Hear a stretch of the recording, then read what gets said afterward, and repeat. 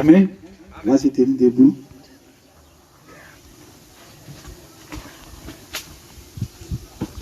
On va lire Ézéchiel.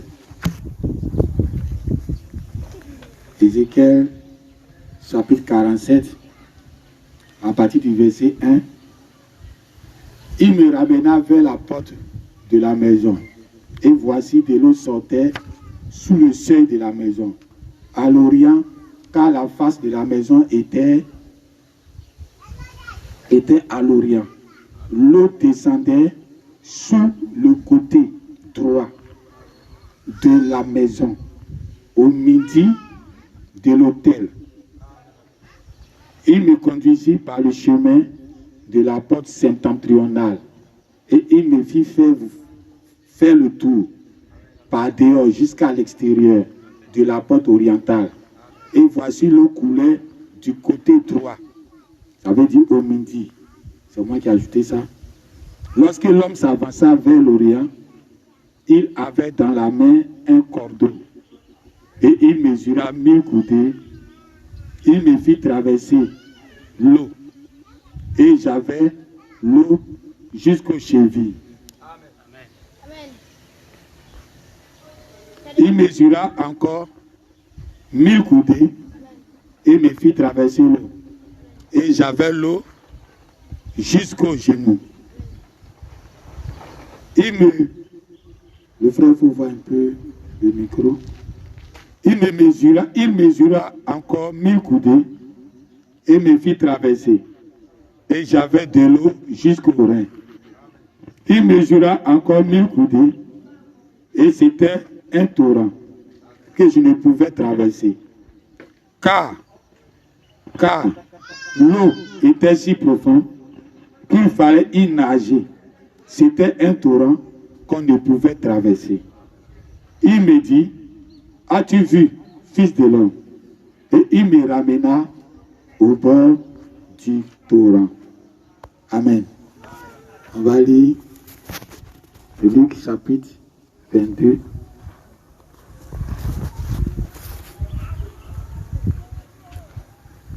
Luc chapitre 22. Le verset 36.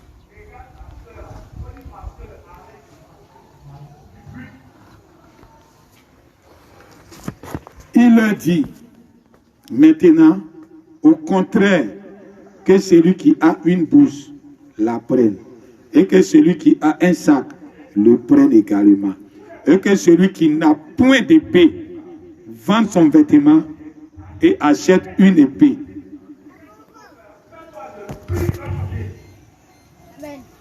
Amen. Il y a un verset que je n'ai pas noté, mais il faut que je lise. C'est dans Exode.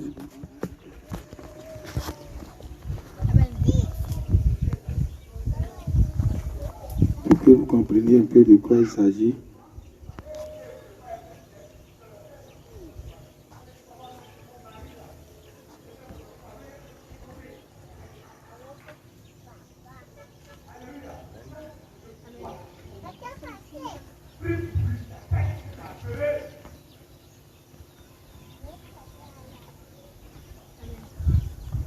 Je crois que si je ne vais pas tarder à trouver.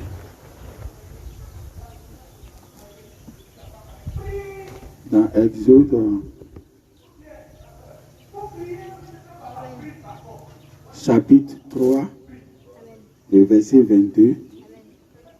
Chaque femme demandera à sa voisine et à celle qui demeure dans sa maison des vases d'argent, des vases d'or et des vêtements que vous mettrez sur vos enfants, sur vos fils et vos filles. Et vous dépouillerez les Égyptiens. Amen. On va lire Luc, chapitre 15, le verset 23. Chapitre 15, le verset 23.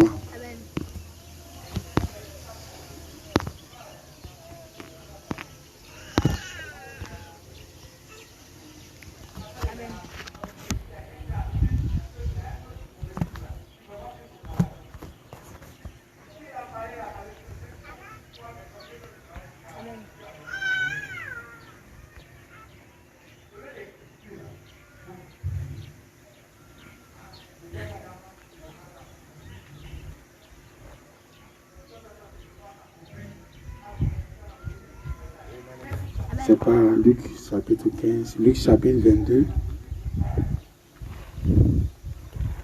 le verset 36.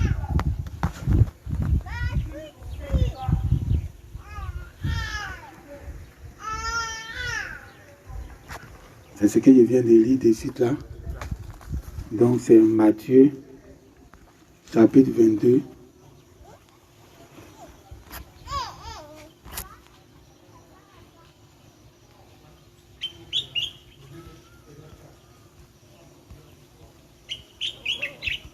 Matthieu chapitre 22,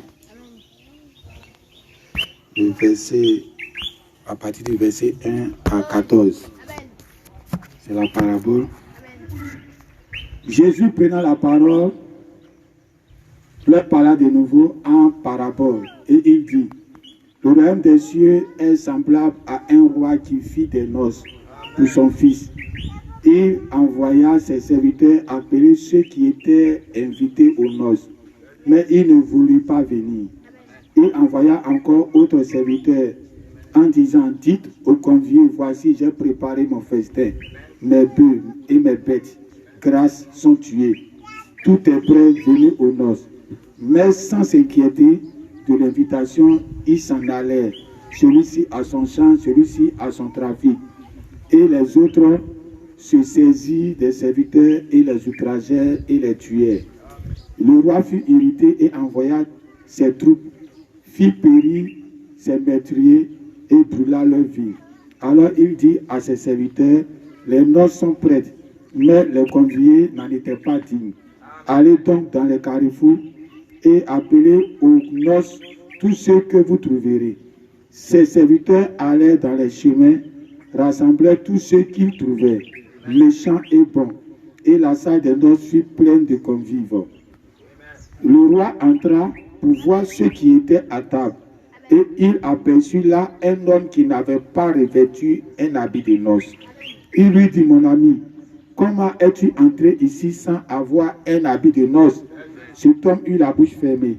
Alors le roi dit aux serviteurs, liez-lui les pieds et les mains, et jetez-le dans les ténèbres du dehors, où il aura des pleurs et des grincements de dents. Car il y a beaucoup d'appelés, mais peu d'élus. Amen. Jean chapitre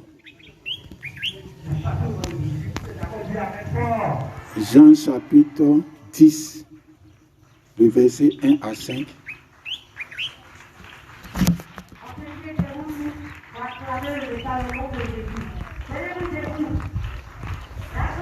En vérité, je vous le dis, celui qui n'entend pas par la porte dans la bergerie, mais qui y monte par ailleurs est un voleur et un brigand. Mais celui qui entre par la porte est le berger des brebis. Le portier lui ouvre et les brebis entendent sa voix. Il appelle par leur nom les brebis qui lui appartiennent et il les conduit dehors. Lorsqu'il a fait sortir toutes ses propres brebis, il marche devant eux. Il marche devant et les brebis le suivent parce qu'elles connaissent sa voix. Amen. On va lire 18. Même Jean, le chapitre 18. Le verset 7.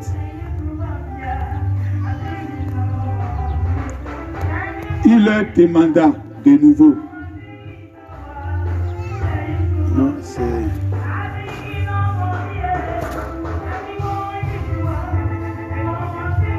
Il y a un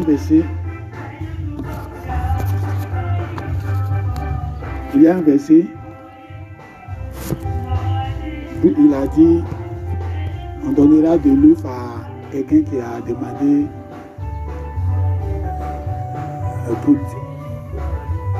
c'est dans Luc, non? Ouais, pour dimanche passé, le verset là. C'est dans Luc. C'est ça que je cherche depuis là. On n'a pas noté ça ici.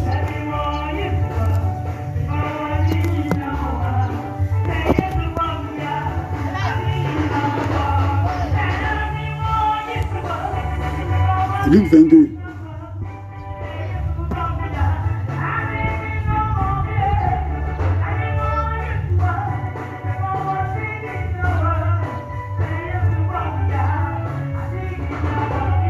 Excusez-moi. Luc 22, le verset.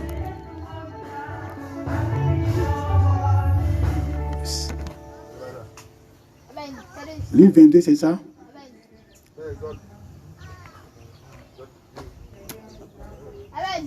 Donnera un œuf à quelqu'un, donnera.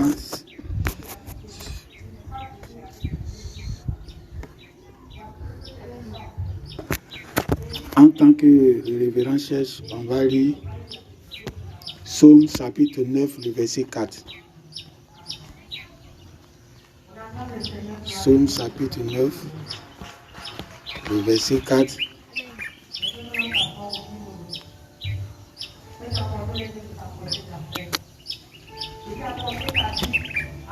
Chapitre 90, hein?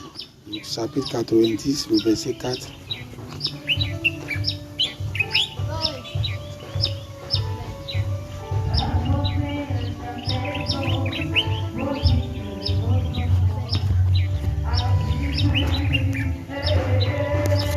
Car mille jours, car 1000 ans sont à tes yeux comme le jour qui est, quand il n'est plus, et comme une veille de la nuit. On va lire Proverbe, on va lire beaucoup un peu. Peut-être que je ne vais pas tout toucher. C'était dans Luc 11. D'accord, on va lire Proverbe. 11, Proverbe chapitre 25, le verset 2.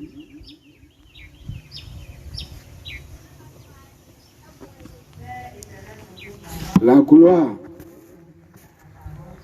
gloire de Dieu, c'est de cacher les choses.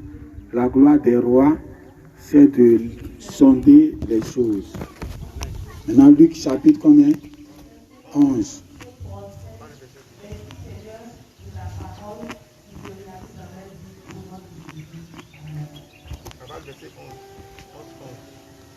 Ok. Donc je crois que c'est avant ça maintenant. Ok, donc on va lire Luc chapitre 11.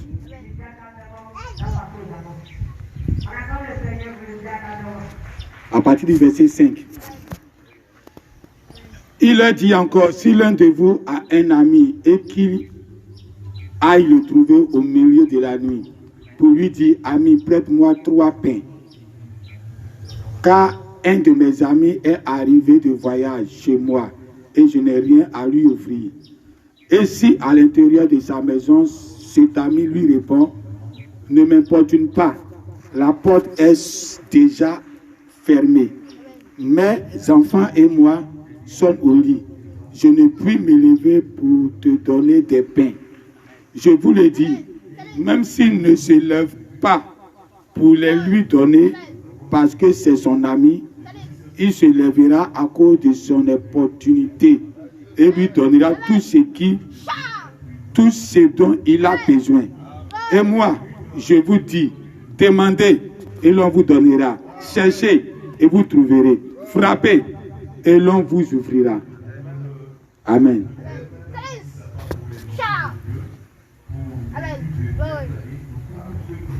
Car quiconque demande reçoit, celui qui cherche trouve, et l'on ouvre à celui qui frappe. Amen. Que le Seigneur ajoute les bénédictions à sa parole.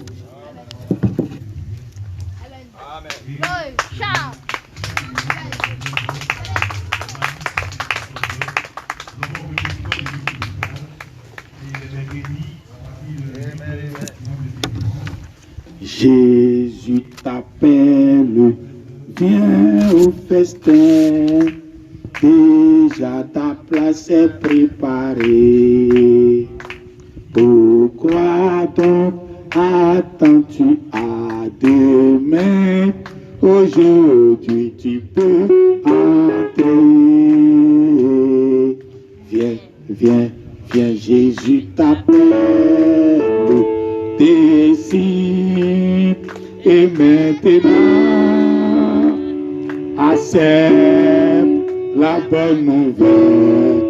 Dieu qui donne, qui la prend. Jésus t'invite, viens au festin, déjà ta place est préparée. Pourquoi tant attends-tu à demain? Aujourd'hui tu peux entrer. Viens, viens, viens, Jésus t'appelle, décide, et maintenant, accepte la bonne nouvelle. Dieu qui donne, qui la. Père Céleste, et sommes reconnaissants ce dimanche que tu nous as fait. Béni pour l'adoration, pour la louange. Maintenant, Seigneur, que nous avons lu tous ces versets, nous comptons sur ton esprit pour venir donner cela en ce dimanche pour que, Seigneur, nous tous, nous ayons une bénédiction surnaturelle en ce rassemblement. Sois béni éternellement pour tous tes bienfaits. Dans le nom de notre Seigneur Jésus-Christ. Amen. Amen. Hein, Dieu aime l'adoration. La semaine, je suis passé, j'étais la nuit, au milieu de la nuit, à 3h du matin, il y a une musique qui m'a réveillé. Et je me suis levé et cherchais d'où vient la musique. J'ai soulevé mon portable est fermé, c'est pas fermé, mais la face est éteinte, donc c'est pas le portable.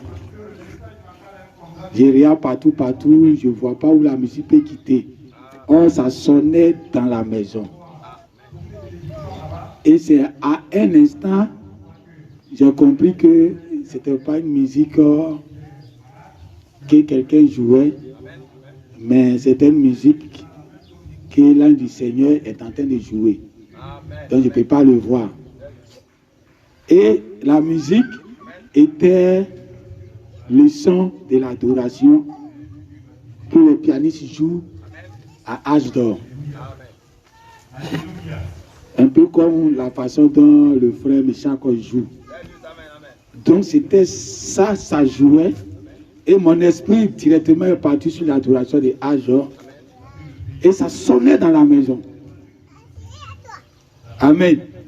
Ça sonnait un bout de temps et ça s'est arrêté. Donc, on ne sait pas de quoi il s'agit, mais on croit que Dieu montre d'une manière, d'une façon ou d'une autre que on n'est pas seul. Amen. À 3h du matin, une musique qui sonne dans ta maison et c'est la musique des âges d'or. Amen. Donc, on croit que notre pasteur est vraiment le oint que Dieu a envoyé ici en Côte d'Ivoire. Amen. Et un oint, c'est un oint. Amen. Quel que soit ton nouveau feu, ça ne peut pas l'effrayer. Amen. Et on bénit le Seigneur toujours de nous avoir envoyé un pasteur comme lui, ici en Côte d'Ivoire.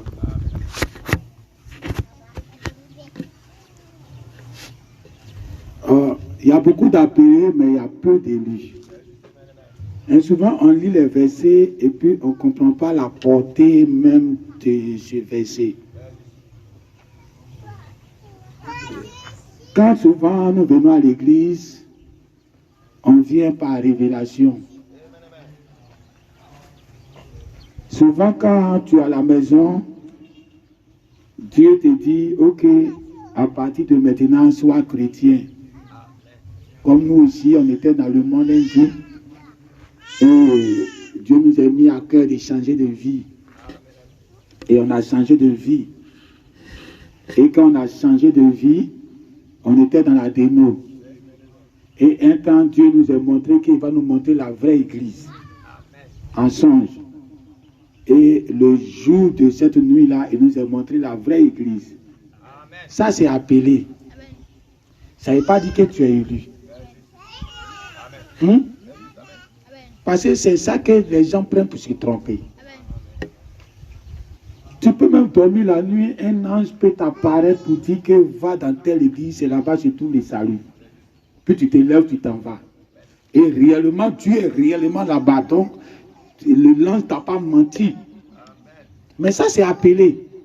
Ça ne veut pas dire que tu es élu. Nul ne peut venir à Dieu si Dieu même ne l'appelle pas. Amen. Personne ne pouvait sortir de l'Égypte si Dieu même ne les faisait pas sortir de l'Égypte. Donc eux tous, ils étaient des appelés. Mais eux tous, ils n'étaient pas des élus. Non, est-ce que tu as un appel? Donc quand tu as un ministère, il faut avoir un appel. Donc c'est Dieu qui donne l'appel. Donc l'appel, quand tu reçois ça, tu as la conviction que tu es en train de faire le travail de Dieu. Mais c'est l'appel. Ça ne veut pas dire que tu es élu. Hein? Judas était trésorier dans la maison de Jésus. Il avait un appel. C'était un ministère. Hein? C'était un ministère. Ça veut dire garder les trésors de Dieu. Hein? C'est ça, emmagasiner. Amen. Emmagasiner les brochures, emmagasiner les citations, emmagasiner les pains. Parce que lui, il a emmagasiné l'argent. Mais toi, tu emmagasines les citations. Toi, tu emmagasines les pains. Donc, tu es un trésorier. Donc, Dieu peut te dire, toi, aujourd'hui, emmagasine les citations. Amen. Parce que tu vas nous distribuer au moment opportun. Mais ça ne fait pas de toi un élu. Amen. C'est ça le trésorier spirituel. C'est ce que Joseph a été.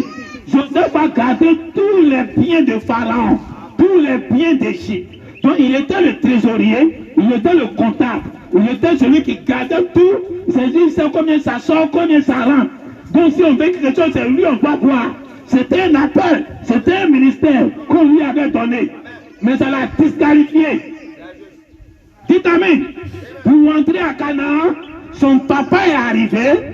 Son papa dit, les tribus qu'on va partager là-bas, toi tu ne seras pas dedans. C'est tes deux enfants là qui vont te remplacer. Dites Amen. Un signe pour lui. Un signe pour montrer que c'est pas parce que tu es en train d'emmagasiner, c'est pas parce que tu es en train de distribuer que tu as la portion là-bas. Dites Amen. Judas était quatrième fils. C'est lui que Dieu a pris pour qu'il soit le trône de David. C'est là-bas que David va régner. Et c'est Judas là-bas que Jésus va naître pour venir sauver le monde entier. Donc ce qui veut dire que quand on prend dans le schéma de celui qui a emmagasiné la nourriture, le Messie ne doit pas venir de sa descendance. Parce que quand il voit Ephraïm et puis Manassé même, qu'ils ont été demi-tribus, pour faire une tribu, qu'ils étaient dans le pays, il n'y a aucune promesse que le Messie va venir là-bas. Dites Amen. Ils étaient disqualifiés pour être élus. Parce que dans le peuple d'Israël, Judas et puis Benjamin représentaient l'épouse où Christ doit venir, où Jésus devait venir, où la royauté appartenait à David. Et tous les 10 autres royaumes représentaient les vierges folles. Dites Amen. Ephraïm et Manassé, tout ça était dans les 10 autres royaumes. Donc le fait d'emmagasiner et le fait de distribuer ne fait pas de toi un élu. Amen. Donc on a des appels. Non, Dieu m'a appelé pour tel ministère. Dieu m'a appelé pour tel ministère. J'ai un appel bien précis dans ma vie. Ça fait de chacun de nous les appels que Dieu fait pour venir à l'église. C'est ça qui fait un appel pour aller faire un ministère. Mais ça n'a rien à voir avec devenir un élu. Un élu, c'est quelque chose d'autre encore. Amen. Ça n'a rien à voir avec le travail que tu fais. Ça n'a rien à voir la révélation que tu as eue dans ta maison, le songe, la vision. Parce que souvent, quand tu es assis sur ça, quel que soit ce que Dieu vient d'aimer, tu dis tu ne veux pas, parce que moi je sais comment je suis venu ici. Je sais comment Dieu m'a envoyé ici. Je sais par quelle révélation je suis arrivé ici. Donc tu penses que la révélation te suffit pour être en même temps au bout du tunnel. Or la révélation est que Dieu t'a appelé, mais tu peux ne pas arriver au bout. Dites Amen. On ne doit pas être des bébés au lait. Nous ne sommes pas dans un âge où c'est pour les bébés, non. Tu ne viens pas à l'église. Tu es disqualifié même de l'enlèvement, même ce n'est pas possible. Non, je crois le message et puis je suis à la maison. Non. Il y a une telle dispensation dans la sortie de l'Égypte. Dieu a donné un bâton. Le dimanche passé, qu'on a prêché le serpent, qu'on doit attraper la queue. Que ce n'est pas à nous d'attraper la tête. Nous, on doit attraper la queue. La nuit de cela, il y a le frère Élie qui dit qu'il avait fait un songe la nuit. C'est-à-dire que la nuit, du samedi à dimanche, qu'il avait vu un gros serpent qui rentrait sur un tabouret là, chez lui à la maison. Et il a attrapé la queue pour écraser la tête après. Donc quand il arriva à l'église et puis il voit que le message est une affaire de queue de serpent, il avait déjà vu ça la nuit. Attraper la queue d'abord, avant d'écraser le serpent dans la tête. Amen. Alors il a pris le bois. Quand le ministère avait commencé avec Moïse, c'était le bois. Or le bois servait à gérer les moutons, à gérer les brebis. Donc ils sont sortis de l'Égypte avec un bois de berger. Ils sont restés dans 40 ans dans le désert avec un bois de berger. Ils ont été gardés comme des brebis. Dites Amen. Quand un berger est devant, c'est que tu es un brebis. Dites Amen. Mais on n'a pas affaire aux brebis. En ce temps de la fin, on n'a pas affaire aux brebis. Hein? Un brebis se perd, on s'en va le chercher. C'est ça. Maintenant, quand il devrait entrer à Canaan, Dieu dit ça, ce n'est pas une affaire de bergerie. Il dit à Josué, Josué sans se promener, lui-même il a épée d'abord. Lui il n'a pas bois. Il s'en croisé un ange, personnifié à un homme. Il voit aussi l'ange aussi à une grande épée. Et l'ange lui dit, je suis le commandant de l'armée de l'Éternel. Je viens maintenant. Donc le temps du bois de Moïse est passé. C'est le temps de l'épée. Ainsi lui il est parti croiser. L'ange de l'Éternel qui dit, je suis le commandant. Je viens maintenant. C'est que toi, Josué, tu es le commandant. Dites Amen. En tant que le commandant, le chef de l'armée, le général, il ne conduit pas les brebis. Il conduit des soldats. Dites Amen. Tout le peuple était transformé de brebis en soldats. C'est pour ça, pour entrer dans Jéricho, même les femmes faisaient le tour. Les bébés faisaient le tour. Eux tous, ils étaient des soldats. Dites Amen. Il n'y a pas un groupe à l'extérieur et puis un groupe à l'intérieur. Tout le peuple était des combattants. Il n'y avait pas de bébés au milieu d'eux. Pour aller au combat en ce temps de la fin, tu n'es pas le bois de Moïse. C'est l'épée de Josué. Tout le monde est soldat. Tu n'es pas soldat, tu ne peux pas prendre ton héritage. C'est pas possible. Tu ne vas pas dormir à la maison et puis prendre l'héritage. L'héritage qui est là, c'est plus compliqué que jamais ça n'a été compliqué. C'est pas pour les paresseux. C'est la chose la plus compliquée. Jamais existé sur la terre. C'est ça que Dieu te dit aujourd'hui. Quand l'eau est sortie du temple, que Ézéchiel a vu la face regardée en Orient. Comme on vous a dit une fois, si on regarde en Orient, le côté droit là, c'est chez nous ici, en Afrique, au midi. Et puis il dit l'autre cours de la face du temple qui regarde en Orient, mais où ça descend? Ça descend à droite. Dites Amen. Ça descend dans la puissance de Dieu. Ça descend au midi. Faut pas te négliger. Les gens sont en train de te faire voir. Tu vas regarder à gauche, à droite. Quand l'eau est sortie là, son but là, c'est au midi. Il dit quand l'ange lui a pris pour faire le tour, pour qu'il va bien vérifier. Il a bien vérifié, l'eau sortait seulement sur le côté droit là, pour aller au midi. C'est-à-dire que l'eau qui coulait depuis Israël, la parole qui est sortie là-bas, tout ce que Jésus-Christ a fait, tout ce que Moïse a fait, tout ce qui se passait là-bas, ça coulait pour venir ici au midi. C'est à cause du midi que ça venait. Ça crée grande puissance de Dieu. C'est depuis ici au midi. Dites amen. Le monsieur est venu au milieu de la nuit. Il vient en visite à son ami. Mais c'est au milieu de la nuit. Son ami aussi dit, je n'ai rien pour te recevoir. Il allait chez mon voisin. Lui aussi il est mon ami. Il va me donner du pain. Il s'en va, il tape la porte. Amen. Parce qu'il y a eu 3 dispensations. Jésus dit, demandez et on vous donnera. Cherchez et vous trouverez. Frappez et on vous donnera. Donc quand Jésus parlait, tous ces paraboles, c'était des paraboles. Ça ne veut pas dire qu'il faut aller t'asseoir à la maison. Il faut demander. C'est pas ça que Jésus regardait. Jésus parlait en parabole. Jésus parlait de son ministère qui va se passer sur 3 phases. Il y a une phase pour demander, il y a une phase pour chercher, il y a une phase pour frapper. C'est amen. Voilà pourquoi, quand il a dit à Moïse, ils vont sortir de l'Égypte, il dit vous sortez sous l'emblème de la demande.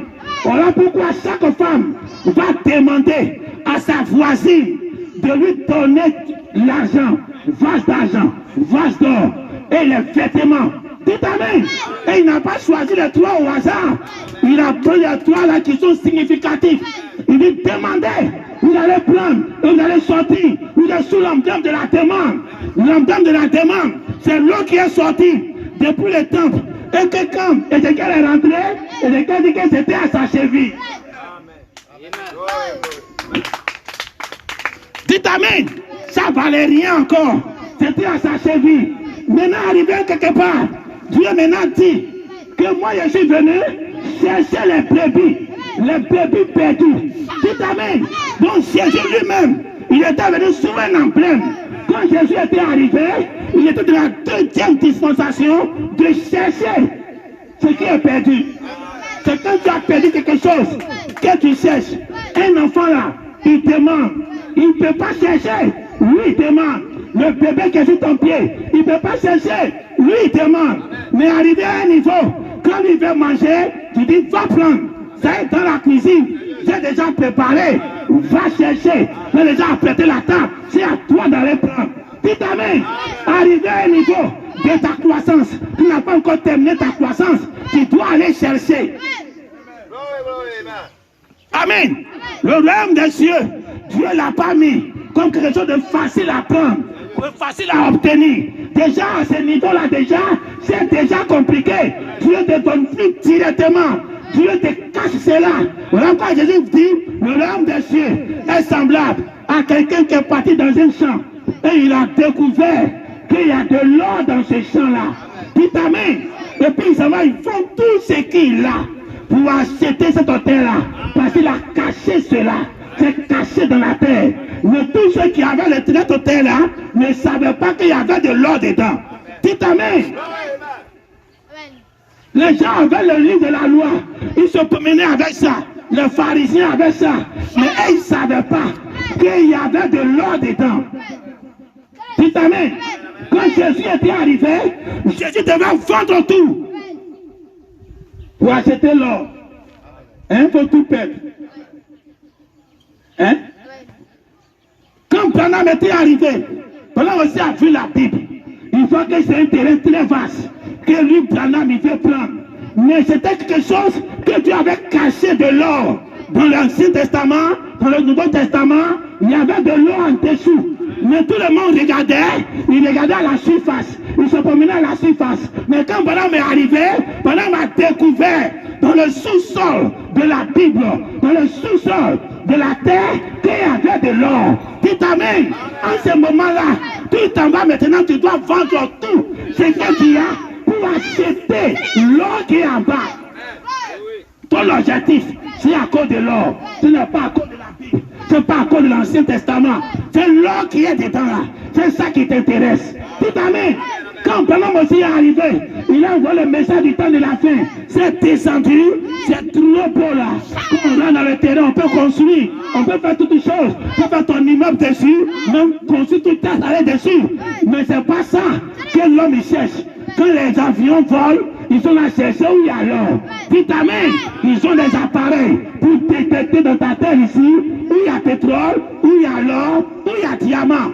Donc c'est pas une affaire de venir construire un plateau ici. Vitamine, l'argent qui va construire 1 milliard de plateaux se trouve dans ta terre là. Quand tu as payé, c'est pas la terre à faut regarder. Qu'est-ce qu'il y a au sous-sol? Vitamine, nous on a pris le message, on rentre dans le message, on sait que c'est pas la surface, c'est pas ce qui est là, c'est pas les arbres là, c'est pas la terre là. On doit regarder dans la terre ce qui est caché et on doit faire sortir ça et on doit vendre tout. Tu dois toujours vendre. Tu t'amènes. Donc il y a la dispensation de chercher. Jésus est venu chercher les bébés. Alors en ce moment, tout le monde cherchait. Il a dit à Pierre qu'il est de faire pécher d'homme. Alors allez partout, 2 à 2. Allez partout évangéliser. C'était le temps où la parole devait aller chercher les enfants de Dieu. Donc ce que Jésus était l'emblème de ce que tous les enfants de Dieu devaient faire. Ça veut dire que même dans le temps de la demande, Dieu aussi était dans la demande. Amen. Donc quand il disait aux gens d'aller demander les vases et ceci et comme ça, Jésus était dans une négociation avec Satan. Amen. Dans le monde de Satan, Dieu devait créer son territoire où il va envoyer ses propres enfants là-bas. Donc ça veut dire que ce qu'il doit faire n'est pas encore parfait. Il est en négociation, en train de demander un territoire dans le terrain de Satan pour garder les gens que lui garde. Donc tout l'Ancien Testament est sous l'emblème de la demande. Donc quand tu viens en tant qu'enfant de Dieu, dans le début, tu as un faible commencement qui a la cheville. Mais c'est de l'eau, mais c'est à la cheville. Mais quand tu arrives à un niveau, que tu deviens de 12 ans par là, on te dit maintenant, va chercher toi-même. Parce que tu as évolué, tu as grandi, tu peux aller chercher. Maintenant, arrivé un moment maintenant, Jésus dit, à minuit, il va venir. Il va frapper à la porte. Celui qui va ouvrir, il va entrer. Donc, ça veut dire, après avoir cherché, il y a maintenant le moment où on frappe. Or, le monsieur était allé frapper à la porte. Or, Jésus a mis frapper la porte là à la 3e position. Or, le monsieur était à la 3e position parce qu'il frappait. Et il est parti à minuit, au milieu de la nuit. Où l'époux va venir prendre sa femme. C'est un moment où on frappe à la porte. Ce n'est pas un moment où on demande. Ce n'est pas un moment où on cherche. C'est un moment où on frappe. Alors au moment de frapper, on frappe parce qu'il y a un obstacle. Il y a quelque chose qui t'empêche. Alors tu dois frapper pour que quelqu'un va ouvrir. Alors quand on arrive au niveau de frapper, c'est là maintenant il y a quelque chose qui doit se passer derrière ça. Je lui dis, si je devais souper avec toi, on va manger ensemble, on va dîner ensemble. Mais c'est là qu'il y a un problème encore. Dieu a dit, allez demander à vos camarades les assiettes, les vases d'argent, les vases d'or et les vêtements. Maintenant, il dit, quand il était venu pour la 2e fois, il a fait le 2e jour, il dit à ses disciples, c'est moi qui vous ai dit, ne prenez pas l'argent, ne prenez pas souliers, rien. Mais maintenant je vous dis, et il parle de 3 choses. Que celui qui n'a pas l'argent Celui qui a une pousse, il n'a qu'à prendre. Celui qui a un sac, il n'a qu'à prendre. Celui qui n'a pas d'épée, il n'a qu'à prendre son vêtement. Dites amen. Pour en acheter l'épée. Donc là, Jésus montre qu'il y a 3 choses, mais les 3 choses ne suffisent plus. Dites amen. Dans l'Ancien Testament, ils ont demandé 3 choses. Ils ont demandé vase d'argent, vase d'or et vêtements. Et là, maintenant, Jésus parle. Il dit maintenant, arrivé au vêtement, il dit que celui qui a le vêtement, c'est-à-dire que ton vêtement, même que tu as, 3e dispensation, tu as le vêtement, il dit que tu dois vendre ça pour acheter l'épée. Le monsieur est venu frapper au milieu de la nuit, il a demandé que 3 paix. Hein? Ça, c'est à minuit. Dans le 28 février 1963, Jésus vient. Jésus rentre dans sa maison et puis il ferme la porte. Dites amen. Parce que c'est une question de porte. La porte est en train de se fermer. Peut-être même qu'elle s'est déjà fermée. Mais les gens sont en train de frapper. Ils veulent le pain. Mais ils demandent quoi? Ils demandent 3 pains. Donc, ça symbolise au temps de Jésus la justification, la sanctification et le baptême du Saint-Esprit. Ça veut dire que tu peux venir à l'église et demander 2 pains à Dieu. Comme Judas a demandé 2 pains. La justification, la sanctification. C'est 2 œuvres de Dieu que Dieu a déjà fait. Alors quand tu prends ça, tu n'as pas le 3e. Alors comme tu n'as pas le 3e, tu n'as même pas le Saint-Esprit. Maintenant quand il vient à minuit, il dit, il frappe à la porte, il demande au monsieur, je veux 3 pains. Le monsieur dit, c'est une question d'amis. Parce que dans les noces, il y a un monsieur qui est entré qui n'avait pas le droit d'être là-bas. Et il regarde son vêtement qu'il a porté, est différent des autres vêtements. C'est-à-dire qu'il avait un vêtement. Il n'est pas rentré nu. Tout à même, les gens sont dans le corps spirituel, mais ils n'ont pas la théophanie. Ils n'ont pas l'homme de Genèse 1. Mais ils ont le corps céleste. Mais ils ne doivent pas être au milieu de nous. Alors ce monsieur est venu, il s'est retrouvé au milieu de l'église. Et Jésus dit, comment tu t'es retrouvé ici? Le monsieur n'a pas pu parler. Alors il a pris le monsieur, il dit on va le jeter au dehors. Parce que quoi? Il n'avait pas le vêtement. Il n'avait pas le Saint-Esprit. Il n'avait pas le 3e pain. Il faut avoir le 3e pain pour pouvoir entrer dans ce lieu-là. Dites amen. Ça c'est les noces. Branham a eu les 3 pains. Tous ceux qui sont morts, qui sont les pouces, ont eu les 3 pains. Mais Dieu dit, il ne faut pas t'arrêter là. 3 pains en ce temps de la fin ne te suffit pas. Quand tu frappes à la porte, Dieu te donne 3, mais ça ne te suffit pas. Dans Ézéchiel, il dit quand l'eau était à sa cheville, il dit l'ange l'a pris pour traverser. L'eau qui est à ta cheville, quelqu'un t'a aidé. Toi-même tu peux traverser. L'Ancien Testament, quand tu vois, c'est à ta cheville. Si l'eau l'a représenté, Dieu l'a représenté à sa cheville, c'est-à-dire lui il peut traverser sans aide. Mais Ézéchiel dit l'ange l'a aidé à traverser, l'a fait traverser. Arrivé à la 2e dispensation de 1000 coudées. Donc à la 2e manifestation de Dieu, comme au temps de Jésus, il dit après 1000 coudées de mesure encore, l'eau arrivait maintenant à son genou. L'eau qui est à ton genou, tu peux traverser. Mais il dit l'ange l'a fait traverser. Maintenant, quand ils sont arrivés encore, après avoir traversé, il dit l'ange a mesuré encore 1000 coudées. Donc 1000 coudées, ça arrive maintenant au temps de Branham. Les 3 dispensations. L'Ancien Testament, le Nouveau Testament et le livre de la rédemption. Il a mesuré encore 1000 coudées pour la 3e fois. Et il dit l'homme maintenant arrivé à ses reins. Et il dit, l'ange l'a aidé à traverser. À terrain, tu peux te débrouiller seul. Mais il dit, l'ange l'a aidé à l'a fait même traverser. Maintenant, arrivé là, il dit, l'ange a mesuré encore 1000 coudées. 1000 coudées après les 3.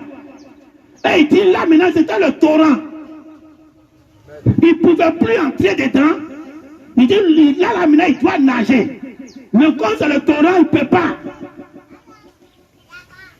Donc il a dit qu'il ne pouvait pas. L'ange ne l'a pas aidé. L'ange l'a pris, l'a ramené au bord de l'eau. Dites amen. C'est le moment le plus difficile. Jamais sur la terre que nous sommes arrivés à ce niveau.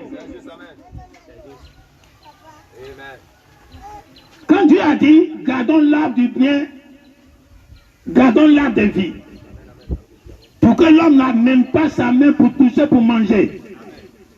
Ça veut dire que ceux qui nous empêchent à être éternels aujourd'hui, ce sont les anges là.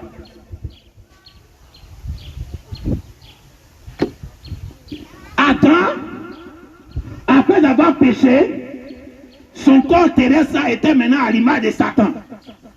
Parce qu'il avait commodé avec Satan, compris avec Satan, donc son corps terrestre était devenu maintenant pour Satan. Alors Dieu place les deux anges pour dire, comme tu as un corps à l'image de Satan, je ne te permets plus d'être éternel. Alors il met les deux anges pour nous empêcher d'être éternels. Donc quand Jésus est venu, le travail que Jésus a fait, les anges, le prophète Bonhomme dit, les anges maintenant qui nous empêchaient, ils sont maintenant, c'est eux qui nous amènent. Mais il ne faut pas comprendre ça comme ça. Hein? Les anges qui nous empêchaient de prendre l'arbre de vie, c'est eux maintenant qui nous amènent à l'arbre de vie. Non! Il ne faut pas comprendre ça littéralement. Il est en train de dire ça pour montrer que maintenant ils sont favorables. Ça veut dire quoi?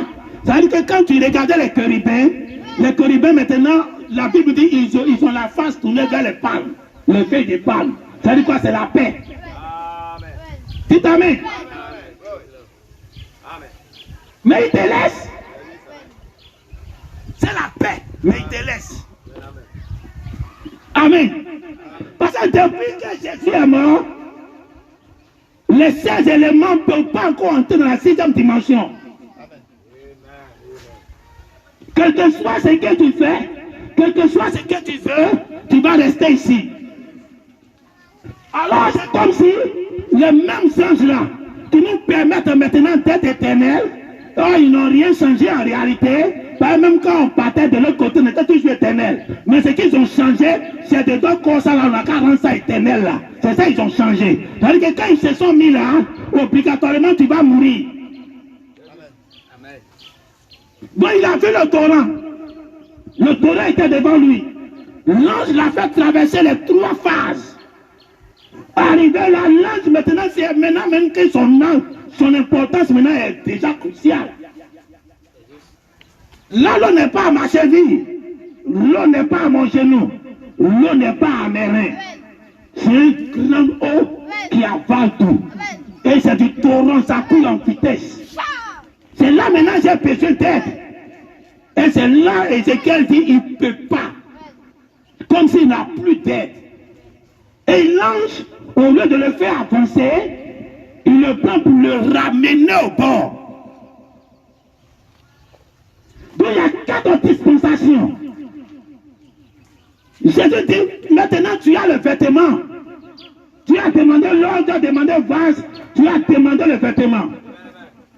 Maintenant tu dois vendre ton vêtement et acheter maintenant l'épée. Dites amen. C'est là maintenant on voit qu'on doit vendre. Quand toi tu veux de l'or, tu dois vendre. Le vêtement qui te protège, tu dois vendre ça pour prendre ton âme pour avancer. Dieu ne peut plus t'aider. Amen. Regardez même dans qui se trouve là, regardez. Jésus dit, demandez, on vous donnera. Il y a quelqu'un pour te donner. Frappez et puis on ouvre. Donc il y a quelqu'un pour ouvrir. Mais celui qui cherche là, il dit même il trouve. C'est-à-dire que le Père, ce que tu l'as cherché, il a déjà déposé. C'est pour lui, il va te donner. C'est toi de chercher pour trouver. Quand on te dit qu'on mangeait dans la cuisine, c'est toi d'aller maintenant chercher où ça se trouve. Dites amen.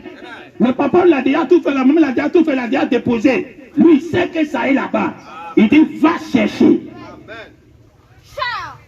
Alors il dit, qui va chercher, va trouver. Alors il te met dans une dispensation là où il y a que quelque chose peut se faire pour toi. Tu frappes, il y a quelqu'un qui peut ouvrir.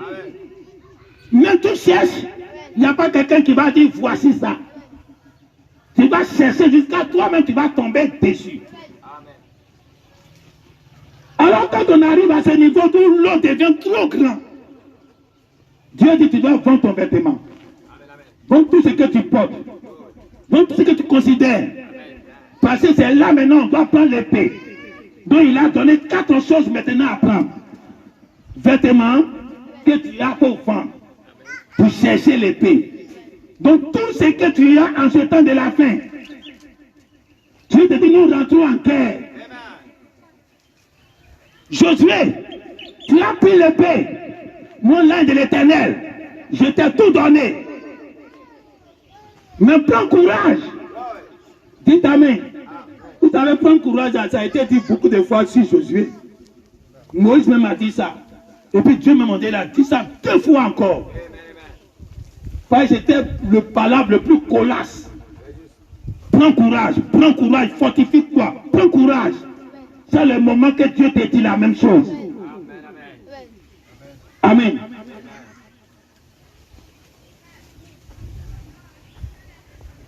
Il y a une pensée qui me venait, ça m'a échappé, on a calmé le Seigneur.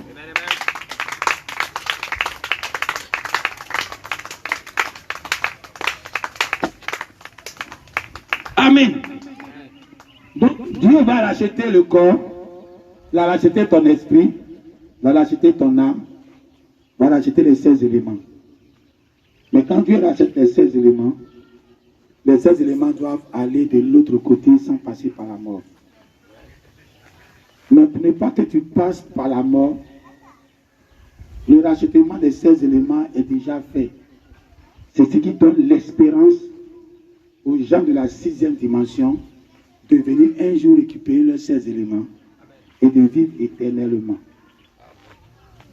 Mais quand t'en est-il que tu dois rester dans le corps et entrer dans l'éternité, c'est quelque chose que Dieu a poussé encore au-delà. Alors Dieu descend le message du temps de la fin comme le vêtement. Donc on a maintenant le vêtement et on porte. Maintenant Dieu dit, vendez vos vêtements et achetez maintenant une épée. Donc quand tu reçois le message du temps de la fin, tu dois te dire que tu n'as pas reçu ça pour que peut-être ça reste dans ta main comme un objet que tu vas brandir partout. Tu dois sacrifier cela. Tu dois vendre cela pour chercher une arme qu'on appelle l'épée. Or, l'épée, c'est la parole. C'est comme si Dieu te disait que maintenant que je t'ai donné le message doit se transformer en une épée dans ta main pour faire un travail encore de nouveau.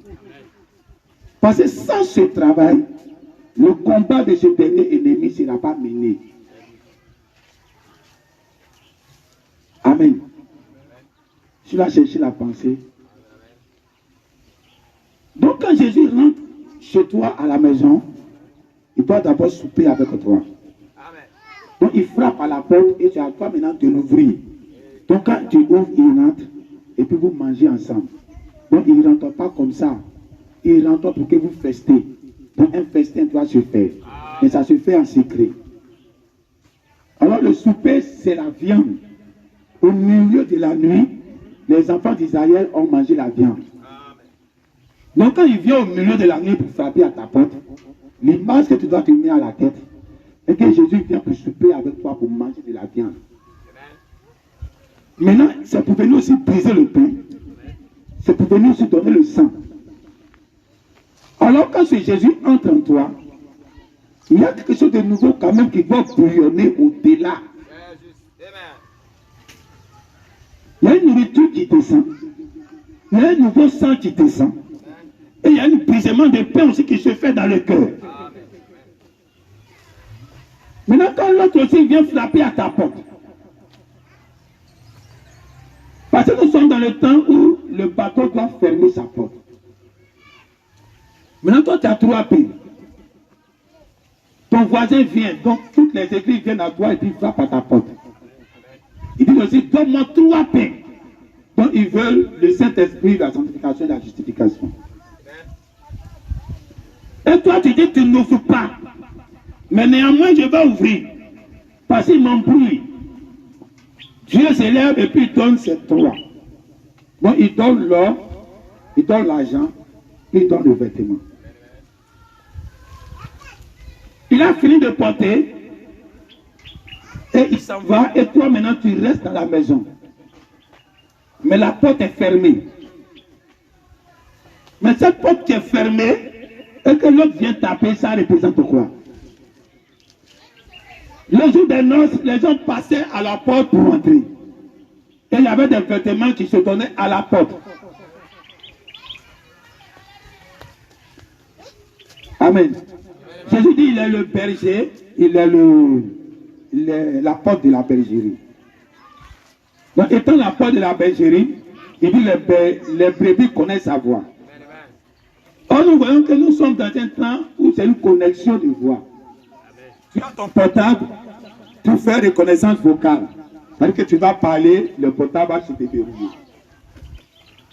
Tu as ta porte, tu vas faire reconnaissance vocale, tu vas parler, la porte va s'ouvrir. Alors Jésus dit, mes brebis connaissent ma voix. Quand Jésus va parler, si c'est lui qui est en train de parler, tu vas ouvrir ta porte. Mais comment il peut connaître la voix de Jésus? Quand Jésus était venu sur la terre, il a appelé tous ses disciples. Mais il les a appelés différemment. Ce qu'il a fait Pierre pour le pain était différent avec Philippe, c'était différent avec Thomas, avec Judas. Tous ceux étaient différents. Mais ces brebis connaissaient sa voix. Donc dès qu'il parlait, il le suivait. Donc c'était un code secret. Après ça, il y a eu les Pierre qui sont venus, qui ont commencé à évangéliser, ils ont fait beaucoup de choses. Paul aussi est venu après. Et les 7 de l'église se sont dressés. Mais en ce temps de la fin, la même voix encore revient. Comme ça traversait les 7 de l'église. Mes brebis connaissent ma voix. Donc ça veut dire que quand Branham va parler, les gens vont se reconnaître dans ce que Branham est en train de dire. C'est ce que nous tous on a fait, on a sorti des dénominations et on a entendu sa voix. Maintenant quand nous sortons, il doit y avoir une 4e dispensation. Mais c'est toujours que mes brebis connaissent ma voix. Alors pour que les gens vont continuer de marcher, ils doivent reconnaître la voix de Jésus qui continue de marcher. Alors les brebis doivent reconnaître la voix du berger. Amen. Les gens ne se concordent pas, on acclame le Seigneur. Les pensées ne viennent pas comme je veux. Je crois que l'essentiel peut être déjà donné. Amen. On va se tenir debout.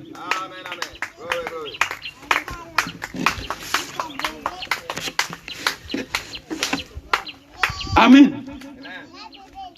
Le combat ne se situe pas au premier niveau, au deuxième niveau, au troisième niveau. Le combat est au-delà des 3 premiers niveaux. Le livre de la rédemption est descendu pour te donner une âme. Mais cette âme s'est transformée en épée. Voilà pourquoi l'épée est descendue le jour de l'ouverture de la parole. C'est-à-dire que ce que tu as reçu en tant que le message du temps de la fin, le message du soir, Malachie 4, Luc 17, 30, doit se transformer en une épée. Et cette épée doit être flamboyante dans ta main. Pour faire quoi? Pour lutter contre l'épée.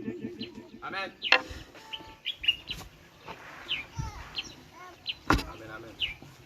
Les chérubins, Dieu les a placés avec des épées, avec une épée.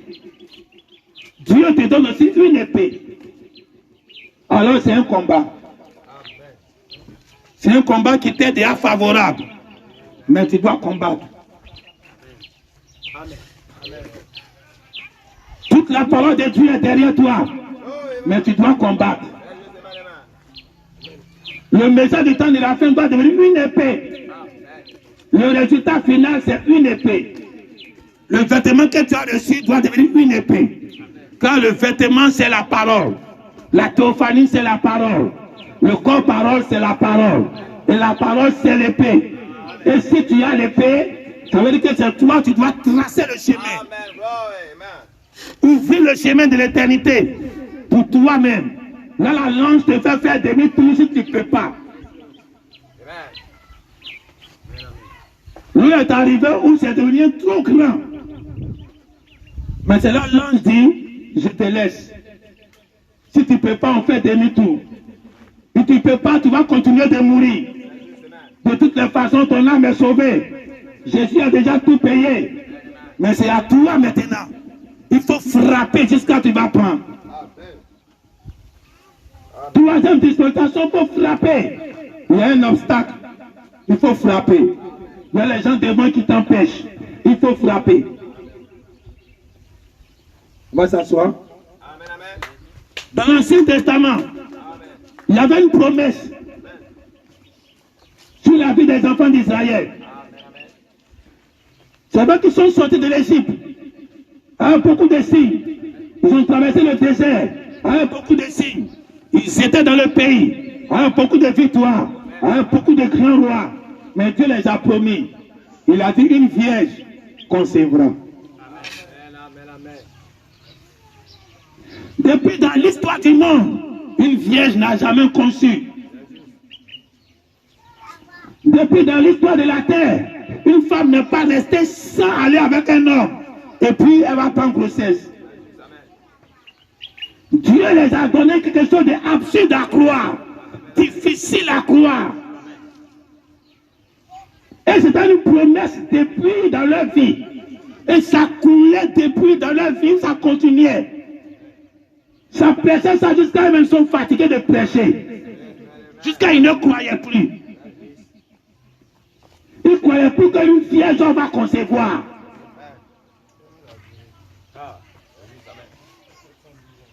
Amen. Amen. Arrive un temps, au moment où la chose devait s'accomplir, Dieu n'a pas regardé leur incrédulité. Comme Marie est tombée enceinte, il a trouvé que tous ceux qui ont continué de croire quand même, à espérer qu'un jour, une vierge peut tomber enceinte, Dieu les a réunis au même endroit. Nous, en ces temps de la fin, depuis que la parole est rentrée chez nous, on a une promesse. Quelque chose d'absurde à croire, difficile à croire. Ou depuis que le monde est mort, à part les deux cas, on va enlever des dents, personne n'est jamais. Ça s'est jamais fait.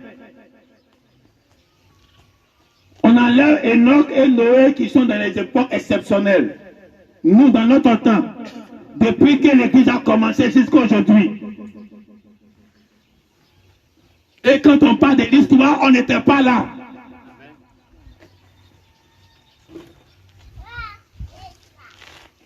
Enoch, le frère Branham dit, il était un signe pour Noé.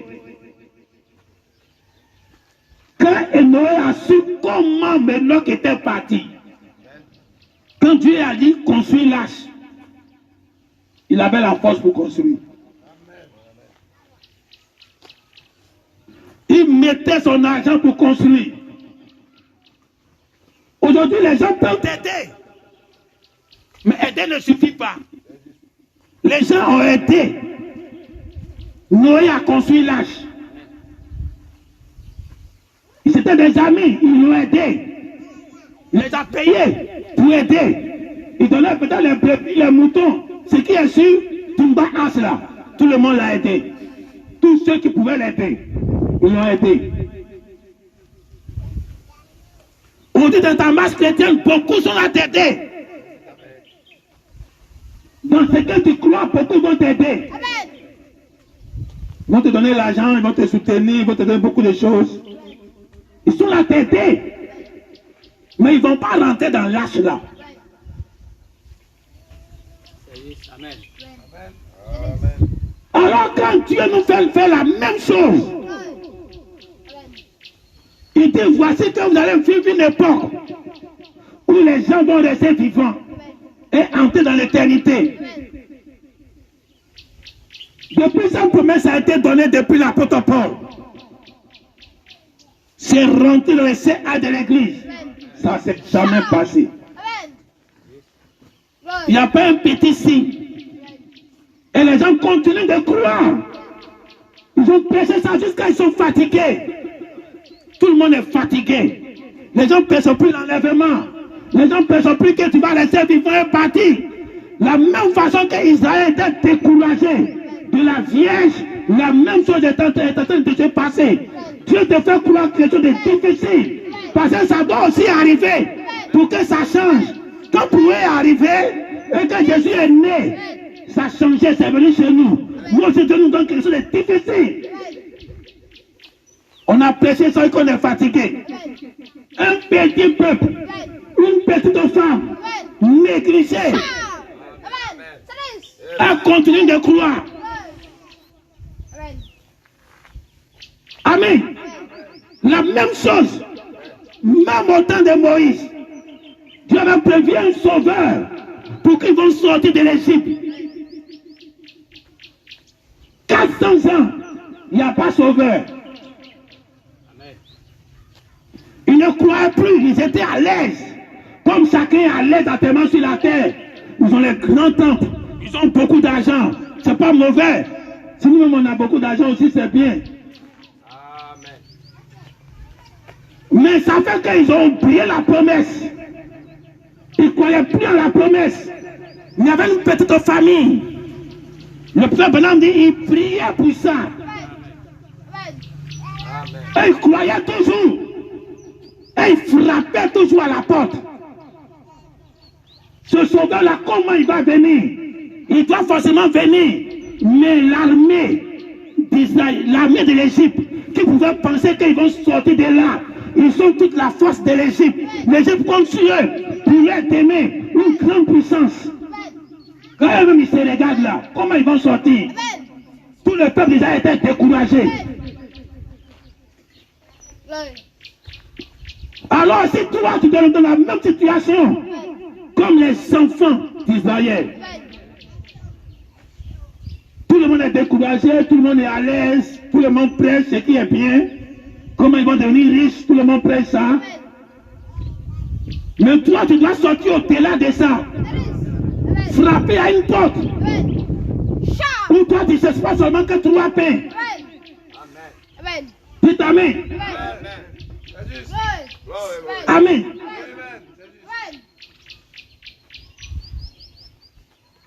Le monsieur, quand Jésus est rentré pour regarder dans la salle des noces, il dit, mon ami, tu fais quoi ici? Malgré qu'il l'a appelé ami, il l'a jeté au dehors. Toi, tu es parti frapper à la porte de ton ami. Il ne faut pas demander 3 pains. Il faut lui demander lui-même. Invite ton ami à venir à toi. Viens, on va manger ensemble. Ce n'est pas 3 pains seulement que tu vas prendre. Tu auras plus que 3 pains. Alors, moi, tout le monde est découragé. Tout le monde est à l'aise avec le Saint-Esprit. Mais ils vont prendre le Saint-Esprit là pour aller traverser la grande tribulation. Si tu n'as pas vendu ça pour acheter l'épée, Avoir une parole encore qui va monter encore plus haut. Chercher où c'est caché. Jésus a caché les petites choses. La loi, il a caché. Même son travail qu'il est venu faire, il a caché. Le livre de la rédemption, il a caché. Pendant qu'il est venu, tout est terré. C'est l'immortalité, il ne va pas cacher. Que ça reste à la surface. Les gens rentrent dans le message, ils lisent les brochures, ils écoutent les bandes, et puis ils vont avoir l'immortalité. Je peux croire en ton immortalité. Quand tu vas mourir et puis tu vas aller de l'autre côté là-bas, tu seras immortel. Mais rester vivant et puis entrer, je ne peux pas croire ça. Tu vas vendre ce que Branham t'a envoyé. Acheter une épée. Quand Branham met l'épée dans ta main, toi-même tu deviens l'épée. Tu deviens une parole flamboyante devant les chérubins qui prêchent. Et toi aussi tu prêches.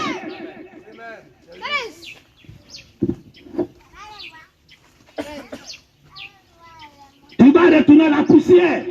C'est une prédication. Hein? Quand tu lis la Bible, c'est rempli dedans. C'est la prédication des chérubins. Non, l'homme est vanité, vanité des vanités. Ça, c'est une prédication des chérubins. L'homme va vivre tout un temps, il va mourir. Notre vie est faite à l'image des feuilles pleines des animaux.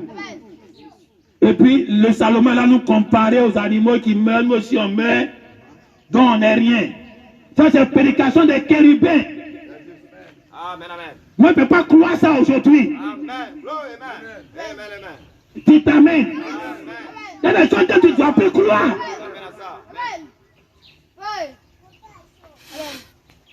Si tu l'as tout sacrifié, tout ton vêtement, c'est pour quelque chose. Dieu ne te donne rien pour rien. Tu dois sacrifier ta vie. Même quand tu as un problème de santé, quand Jésus est venu, l'emblème du travail de Jésus était quoi? Les sourds vont entendre, les boiteux vont marcher, et la guérison. Donc le pouvoir de marcher sur les scorpions, sur les serpents, dont on les symbolise à des maladies, tout ça, vous allez guérir ça. Ça, c'est ce que Jésus était venu faire. Mais c'était pour le corps physique, la guérison physique. Donc Jésus était parlé sur la guérison physique. Même si de l'autre côté, son sang qui va couler sur notre âme, mais ce qu'il est venu donner comme héritage. Ce que les femmes allaient faire aussi, depuis grand, c'est le Saint-Esprit. Mais faire aussi, c'est les choses physiques. Et on va les répéter aussi. Alors toi, tu viens, tu sacrifies ça. Tu vends ça. Tu ne fais rien avec ça. Tu dis à Dieu, même si j'ai un mot de tête, ça ne m'intéresse pas. Même si j'ai un mot de vent, ça ne m'intéresse pas. Même si mon prix me fait mal, ça ne m'intéresse pas. Même si je n'ai pas l'argent, ça ne m'intéresse pas. J'ai un seul but. Faut que Dieu voit que quelqu'un est mort pour un but. Toujours te dit, il faut vendre. Tu vas vendre pour acheter l'or que tu as trouvé. Pour l'immortalité, tu ne vas rien vendre. Tu vas être à l'aise. La chose la plus difficile, qui a placé la 4e position. Hein? Regardez un peu. Nos femmes l'ont fait tout à elles. Même au marché, on les accompagne au marché. Même dans la cuisine, si tu veux, tu vas l'aider. Même si elle a un petit boulot, un petit magasin, de temps en temps, tu peux aller là-bas vendre à elle. Donc on fait tout ensemble. Et Dieu a dit, les désirs de la femme vont se porter toujours vers l'homme. Mais le jour que la femme s'en va accoucher là, l'homme ne rentre pas. Même au village, tu es au dehors. C'est une affaire de femme. L'homme même ne doit pas intervenir dedans. C'est dans les pays bridés là que tu vois ça. C'est une affaire de femme depuis nos parents. Tu ne peux pas aider ta femme dans ça. Parce que tu as dit, j'augmenterai la douleur. C'est avec douleur que tu vas accoucher. Là, il a enlevé l'homme dedans. Pour manger, il dit, l'homme va faire. On va souffrir. Même préparer, l'homme va t'aider. tout, il va t'aider. Mais à l'accouchement, tu seras seul. Parce que tu vas mettre 16 éléments au monde. Et dans ce temps de l'enfant, l'épouse s'est préparée seule. Elle-même s'est préparée. Je t'ai aidé ici. Je t'ai aidé ici. Je t'ai aidé ici. Maintenant, ça là, c'est compliqué, non? Accouchement, c'est compliqué. C'est là même elle a besoin de soutien. C'est là que tu ne peux rien faire pour elle. Alors à ce niveau-là, il faut que tu vas mourir. Il faut que tu vas vendre tout ce que tu as. Enlever tes soucis, tout ce que Satan est en train de multiplier. La beauté du monde. Les nouvelles voitures, les nouvelles motos, les nouveaux vêtements, les nouvelles vestes, les nouveaux portables. Et la maison qui devient de plus en plus chère. Satan est en train de te rendre charnel. En train de t'occuper des choses charnelles. En train de presser la guérison partout. Il a multiplié sa queue. Sa queue est traînée partout. Miracle après miracle. Pour que toi-même tu as soupiré. Quel est ce Dieu de miracle là? Mais c'est pas moi, ce Dieu de miracle là, je cherche. Moi, je ne cherche pas ce Dieu de miracle.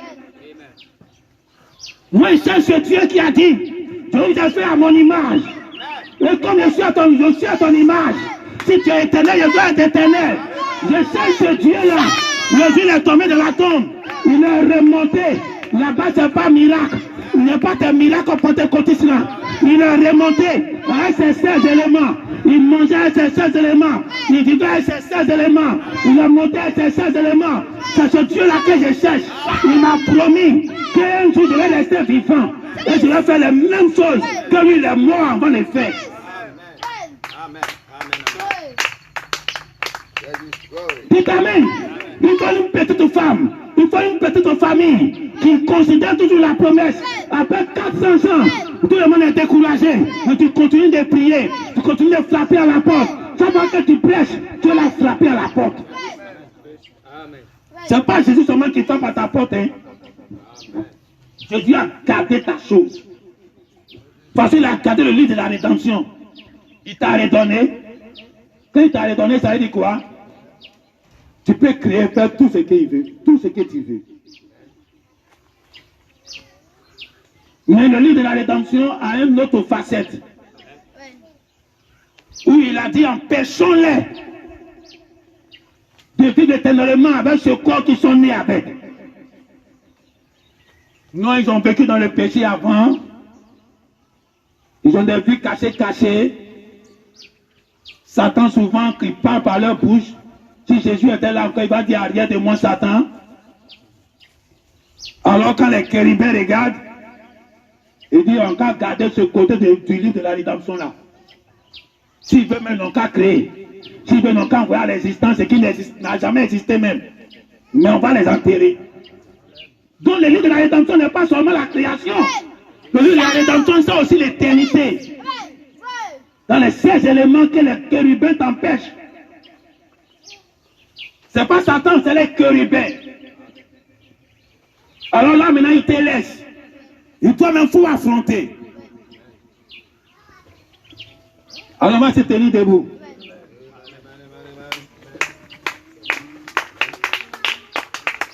Vous voyez, le message est un peu compliqué.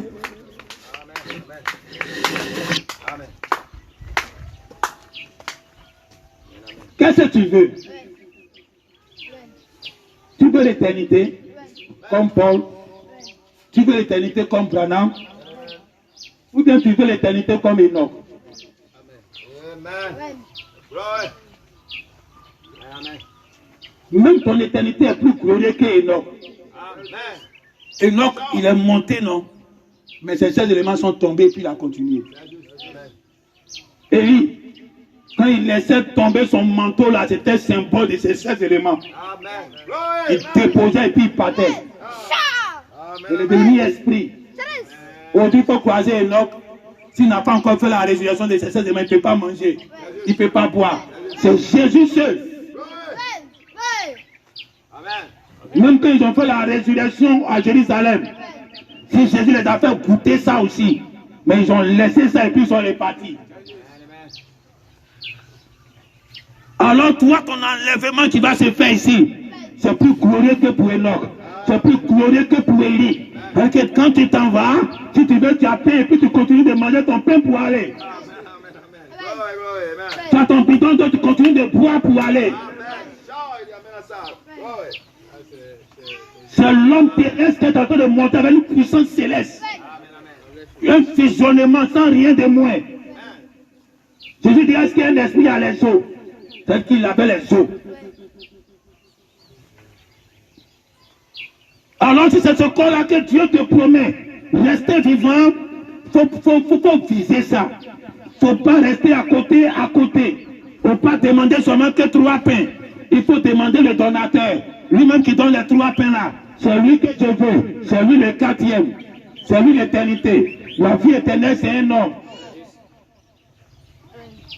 Amen. Alors tu as fermé les yeux. Vierge folle. Ils ont 3 pains. Ne pensez pas qu'ils ont 2. C'est ça qui a trompé beaucoup. Et puis ils pensent qu'ils sont vierges sages parce qu'ils sont rassurés qu'ils ont le Saint-Esprit.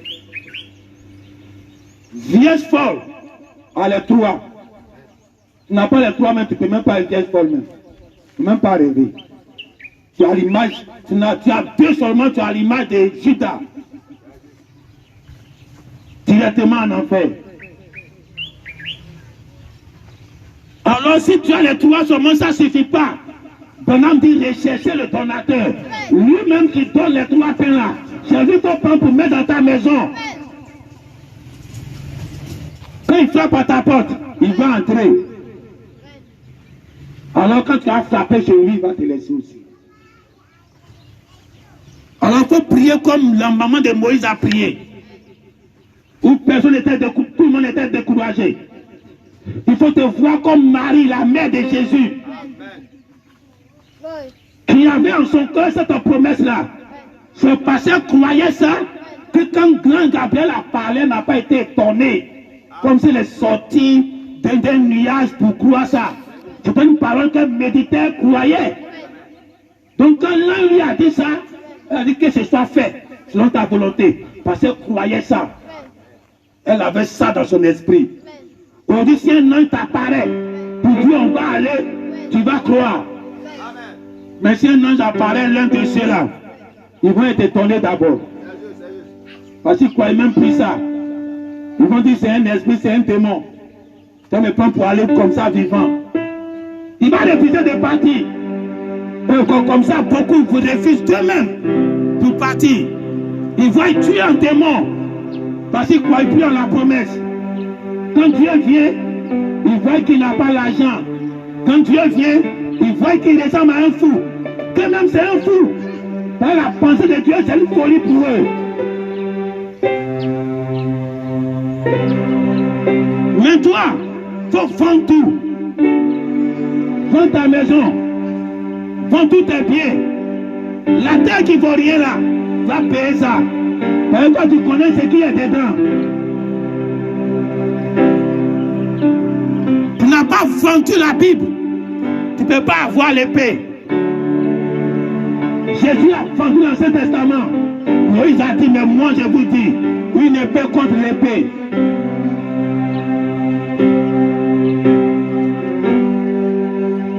Alors la Bible a dit, mais là, ce que tu crois aujourd'hui dit, que je ne mourrai point. Pas parce que j'ai vu m'appeler la mort, c'est même pas ça je crois.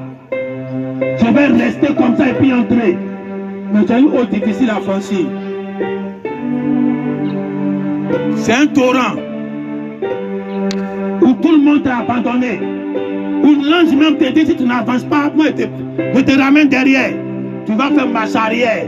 Quelqu'un qui n'avance pas va reculer. Mais l'eau coule au midi. L'eau sort depuis la face en Orient. Mais c'est dirigé vers ici. Les gens pensent que c'est à cause du nord. C'est pas à cause du nord que l'eau est sortie. Les gens pensent que c'est à cause de l'Occident.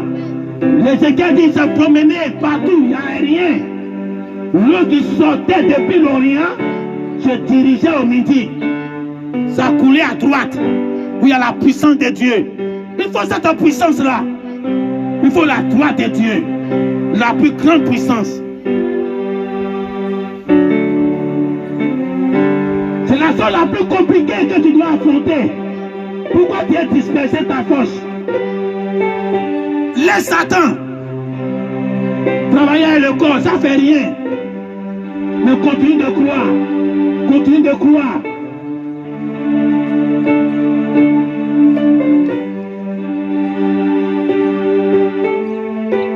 Aujourd'hui, si Dieu peut jouer musique dans ta maison,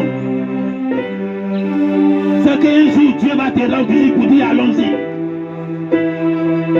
Les gens vont te chercher, vont plus te trouver. 2 personnes seulement qui est partie, c'est l'accomplissement de la prophétie. Mais ce ne sont pas 1 millier de personnes. La Vierge concevoir, c'est elle seule qui a conçu. C'est elle et son mari seulement qui croyait. Et la maman de Jean-Baptiste. Les autres l'ont vue comme une femme adultère. Mais c'était la promesse accomplie. Ils vont te voir aujourd'hui comme une femme adultère. Une femme rebelle. Une femme qui ne croit plus le message. On n'est pas en position pour le message. Lui, il est devenu Kakou Philippe.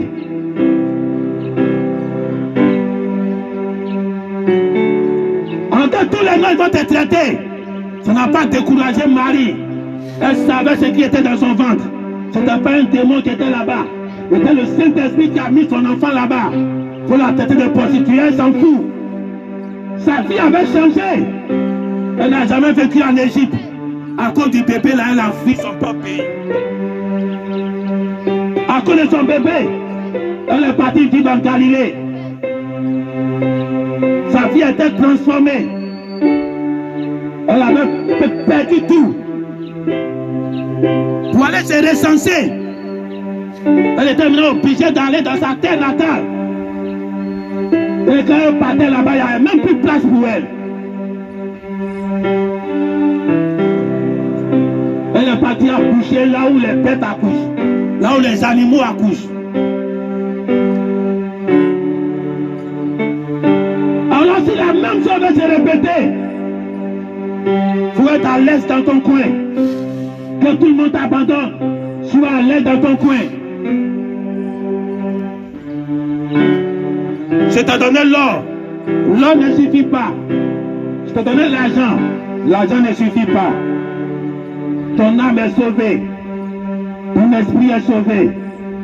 Les 16 éléments sont sauvés. Mais l'éternité, avec les 16 éléments directs, c'est ce que nous attendons. C'est une foi directe. Une foi plus grande que la guérison. Une foi plus grande. Si tu ne peux pas croire que quelqu'un peut être guéri par une prière, comment tu peux croire qu'un jour tu vas disparaître? Alors cette foi que tu avais pour prier pour que les malades guérissent, transporte ça de l'autre côté et que ça grandisse et que ça évolue.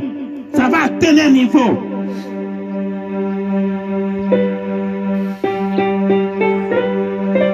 Le but de Dieu, c'est au midi. Le torrent, c'est au midi. Là-bas en Israël, c'était la cheville. Quand Jésus est venu, c'était au genou. Alors l'évangile du genou a traversé les CA de l'église depuis en Europe. Arrivé en Occident, c'est descendu au Rhin. C'est monté au Rhin. Mais quand l'ange a mesuré encore 1000 coudées, alors après le genou, après les reins, 1000 coudées encore, qui vient? Il n'y a plus de prophète. Il n'y a pas Marie qui est là. C'est l'épouse ou celle. Tu dois affronter le torrent. C'est un prophète. Le saint de l'église, c'était le prophète, prophète après prophète, prophète après prophète. Les 1000 coudées en Occident, pour que j'arrive au Rhin, c'était encore un prophète. Mais quand Dieu prévoit un 4e 1000 coudées, nous ça devient torrent, il n'y a plus de prophète. Il n'y a pas de prophète en Afrique. C'est le Bouzoussé. Et là, Ézéchiel dit, il ne peut pas traverser. Il ne pouvait pas. Parce que la zone n'est pas encore achevée. Mais aujourd'hui là, tout ce qui est emmagasiné, depuis le début qu'à aujourd'hui, te donne toute la puissance. Tu peux traverser ce torrent que Ézéchiel dit il ne peut pas. Tu peux nager ça. Comme les gens ont nagé la mer, des kilomètres. Ils ont nagé. Quand tu vois les gens nager dans la mer, dans la lagune, dans les fleuves, il faut se voir comme ça aujourd'hui. Tu es un grand marin. Le torrent que Ézéchiel en vision, il ne pouvait pas traverser. Mais il faut forcément que tu traverses. Il dit ça, c'est forcément la nage. Mais personne ne sera là pour t'aider à nager. Il n'y a pas de prophète. Non, s'il y a un 4e millier, il doit y avoir prophète. Il n'y a pas de prophète.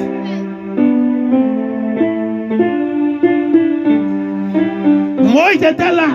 Les a fait traverser l'eau du genou, de la cheville. Jésus était là. Les a fait traverser l'eau du genou. Branham était là. Il a fait traverser les gens de l'eau des reins qui arrive au rein. Maintenant, quand ça arrive, où c'est le torrent maintenant, le fleuve qui coule en vitesse, il n'y a plus quelqu'un. Il a été aidé 3 fois. Là où maintenant c'est compliqué, l'un ne peut plus l'aider. Vu comme tu ne peux pas, il te ramène derrière. Il l'a ramené au bord. Mais toi, l'ange ne va pas te ramener au bord. Parce que l'objectif de cette eau-là, c'était ici au midi. Ça coulait ici au midi. Ça descendait à droite. À la puissance de ce tabernacle-là. C'est ici à droite. Ce n'est pas au nord qui est à droite.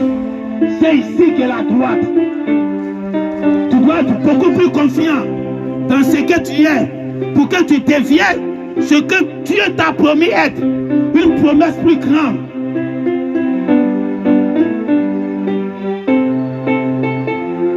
Que personne ne prêche l'immortalité parce qu'ils sont découragés. C'est l'image des pharisiens qui ne prêchent plus une vierge au conservoir. Parce qu'ils continuaient de prêcher ça, ils allaient croire quand la chose arrivait parce que c'était nouveau dans leur esprit. Et ils ont rejeté à longtemps. Ils pensaient que ça allait venir autrement. Ils pensaient que le Messie allait descendre du ciel. Ils croyaient plus qu'un saint, un ventre saint peut porter une grossesse. Ils ont vu ça en parabole. Comme aujourd'hui les gens voient ça en parabole. Ils voient l'enlèvement en parabole. Ils pensent que quand Dieu dit monte ici, c'est quand tu prends la parole qui est montée, c'est ça l'enlèvement. Quand Balaam est venu et que tu as cru le message, il dit c'est ça l'enlèvement. Beaucoup dans le message croient qu'ils sont déjà enlevés parce qu'ils sont sortis de la dénomination et puis ils ont pris le message, ils appellent ça enlèvement. Quand les 7 anges sont descendus de l'éternité, ils disent l'enlèvement est déjà fait. Parce que c'est les morts ressuscités. Mais est-ce qu'ils étaient dans leur corps glorifié? Est-ce qu'ils étaient venus chercher les 16 éléments? Alors les gens ne croient plus. Ils voient l'enlèvement comme une parabole. Que nos corps vont changer, ils voient ça en parabole. Parce que c'est trop compliqué. Ils n'ont même plus la foi pour guérir maux de tête. Comment ils vont avoir la foi de croire qu'ils vont rester comme ça et puis entrer dans l'au-delà? Mais toi, tu as eu une plus grande foi que tu as transporté sur quelque chose qui est impensable pour les gens. Alors, unis ta force, unis ta foi sur l'essentiel. Ne soyez pas ébranlés par la gauche et la droite. Sinon, l'autre qui est devant, tu ne pourras pas. Il y a beaucoup d'appelés. Mais combien vont traverser ce torrent-là? Il faut prier comme la mère de Moïse. Elle croyait toujours. Prions ensemble. Père Céleste, la chose la plus compliquée, ce n'est pas ce que tu as déjà fait. Mort ressuscité, les malades guérissent, mourir, aller au ciel. On a eu des frères ici qui nous ont laissés et qui nous ont fait voir qu'ils sont de l'autre côté, étant déjà sauvés. Mais Seigneur, ce n'est pas ça que nous soupirons. Nous soupirons après l'éternité sans passer par cette mort-là. Tu n'es pas nous notre parole. C'est ta parole. Dans la bouche de ton serviteur, l'apôtre Paul, qui a entendu les paroles, qui n'était pas digne à un être humain d'entendre. Mais il a entendu ça. Il a déversé ça dans ses épîtres. Et c'est parmi ses épîtres qu'il a dit que nous ne mourrons pas tous. Ça veut dire quoi? Ça veut dire la mort naturelle, c'est de ça qu'il parle. Parce qu'un chrétien ne meurt pas. Mais la mort naturelle, hein, tout le monde meurt. Mais il dit, nous ne mourrons pas tous. Mais en un clin d'œil, ceux qui vont rester vivants vont changer. Rester vivants et changer. Et ceux qui sont morts en Christ vont être changés. Mais les vivants ne vont pas défoncer les morts.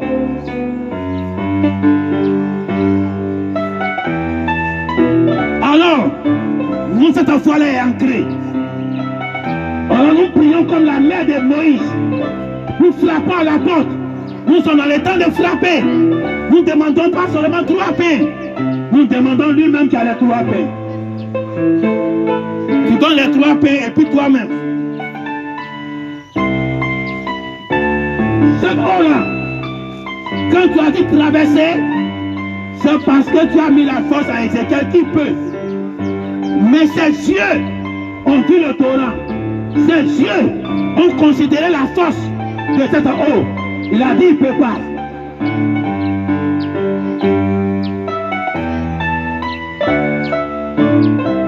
Alors aujourd'hui, nos yeux ne vont pas considérer ça. Tout le monde meurt. Tout le monde ne va pas mourir. Comme l'apôtre Paul a dit, nous ne mourrons pas tous. Ça, c'est l'évangile de l'épée. L'épée qui foudroie l'épée en face.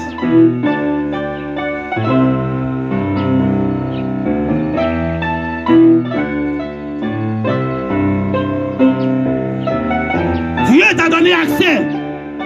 Alors si nous avons accès, nous devons prendre possession. Il n'y a pas un autre temps de l'éternité que maintenant. Marie vivait à une époque où elle sentait que cette époque-là doit être l'époque. Elle s'est fiancée. Elle n'a même pas encore parti à son mari.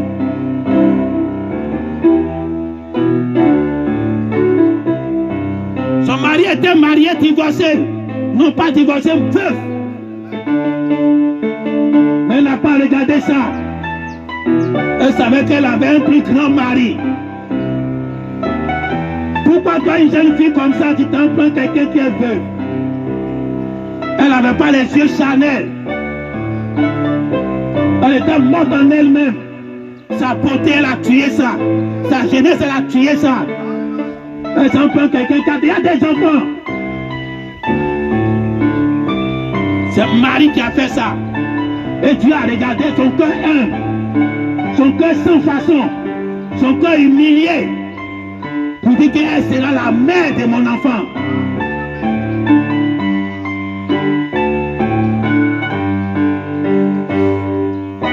C'était une époque favorable à la venue du Messie. Alors aujourd'hui, c'est une époque favorable à l'enlèvement. Toutes les conditions sont réunies pour qu'une église disparaisse, pour qu'un homme disparaisse, pour qu'une femme disparaisse. Mais malheureusement, nous vivons les temps où il y a beaucoup de disparitions, où les gens enlèvent les gens à gauche à droite pour aller faire leur culte. Et c'est dans ça que Dieu va faire pour lui. Ça va passer inaperçu. On dit de camoufler ça. Un tel enlèvement que les gens font. Il est parti, il n'est plus revenu. Allez chercher mon mari. Allez chercher ma femme.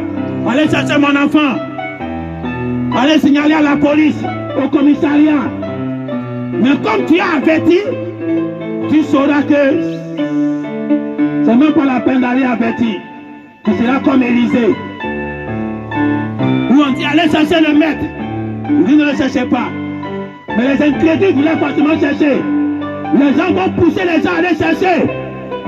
Mais la personne qui a la révélation va dire, la chose est accomplie. Mais comme vous voulez le chercher, allez chercher. Mais moi, je ne le chercherai pas. Moi, je ne chercherai pas mon enfant. Moi, je ne chercherai pas ma femme. Je ne chercherai pas mon mari. Je ne chercherai pas mon oncle et mon petit frère. Je ne chercherai pas quelqu'un. Parce que nous sommes dans l'époque où quelqu'un va disparaître sans passer par la mort. Ça ne dépend pas de l'âge.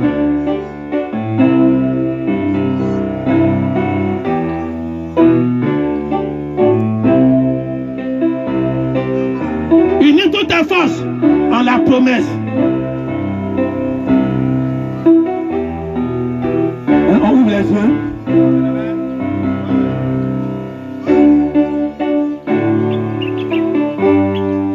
Jésus a dit, tout ce que le Père m'a donné, je n'ai perdu aucun. Et l'apôtre Jean qui écrit ça, il dit c'est pour que s'accomplisse la parole. Mais quelle parole qui doit s'accomplir? Une seule parole de Dieu ne doit pas rester sans être accomplie, c'est que c'est perdu. Jésus dit, je n'ai perdu aucun. Mais regardez ce que Jésus a fait. Les gens étaient venus l'arrêter. Il a dit, comme c'est moi, laissez partir ceux-ci. Laissez-les partir. Mais quand Jésus disait laissez-les partir, l'apôtre Jean qui écrivait après l'histoire, impliqué par inspiration, pour dire comme Jésus a dit, il ne doit pas faire un seul de ce que le Père lui a donné. C'est pour ça qu'il a dit laissez-les partir. Mais quand tu es pas de façon charnelle, ça ne colle pas. C'est de façon spirituelle que ça colle. C'est Dieu qui a dit à Jean écrit ça. Parce que quand Jésus disait aux soldats romains, c'est moi vous voulez. Je vous ai dit que c'est moi. Laissez ceux-ci partir. La mort, c'est moi qui vais tuer. Laissez ceux-ci. Il ne faut pas les tuer. Une seule de ces paroles ne sera pas perdue. Ça veut dire que toutes les promesses que Dieu a données à Jésus, qu'il venait mourir pour nous, et que ça a été écrit dans la Bible, sur les promesses de sa mort, que les gens vont rester vivants, et puis entrer au ciel. Si ce n'est pas accompli, il a perdu un. Si elle n'a pas accompli, Jésus a perdu une promesse. Ce n'est pas perdre un homme. C'est perdre une promesse, qui est la chose la plus grande que Jésus regardait. Parce qu'il est venu sur les promesses. Et il a accompli tout. Mais il s'en va et puis elle n'a pas encore accompli. C'est la mort, le dernier ennemi que ses enfants doivent vaincre derrière lui. Alors Père, laisse ceci.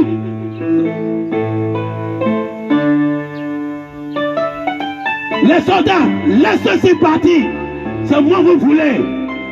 Et l'apôtre Jean dit, c'est pour que s'accomplit l'écriture, où il dit, je n'ai perdu une seule personne.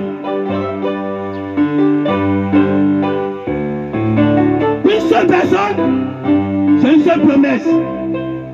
La promesse de la mort, c'est moi qui la prends aujourd'hui. Mais il y a un groupe que tu ne vas pas prendre. C'est pour ça que je suis là à mourir. Le pointu de ma mort, c'est pour que je meure, pour qu'elle ne meure pas. Sinon, moi, Jésus, je peux rester vivant et avoir le corps glorifié et puis partir. Mais je suis en train de mourir. C'est pour qu'une génération va faire quelque chose de plus grand que moi, Jésus, je n'ai pas fait. Et ils vont rester vivants et puis être glorifiés. Faut me tuer, faut me prendre. Mais ceci, c'est un groupe. Ceci, c'est un groupe. Alors, si Dieu ne doit pas perdre un seul de toutes sa promesses, toi, tu dois croire ça. Ce n'est pas ta prière, ce n'est pas ta volonté. C'est ce que Jésus lui-même, il a prié. Et que l'apôtre Jean a répliqué ça sur la délai pour sa mort. Il réplique ça là pour montrer que si Jésus est mort, toi, tu ne dois pas mourir. Si Jésus a été enterré, toi tu ne dois pas être enterré. Si Jésus l'a descendu de la croix pour aller l'ensevelir, toi tu ne dois pas être enseveli. Si Jésus a eu tombeau, toi tu ne dois pas avoir tombeau. Et puis quelqu'un va aller visiter.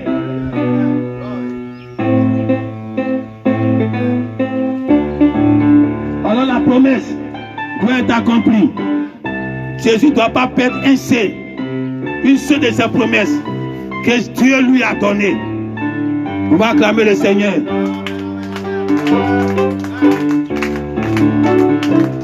On va appeler les chants.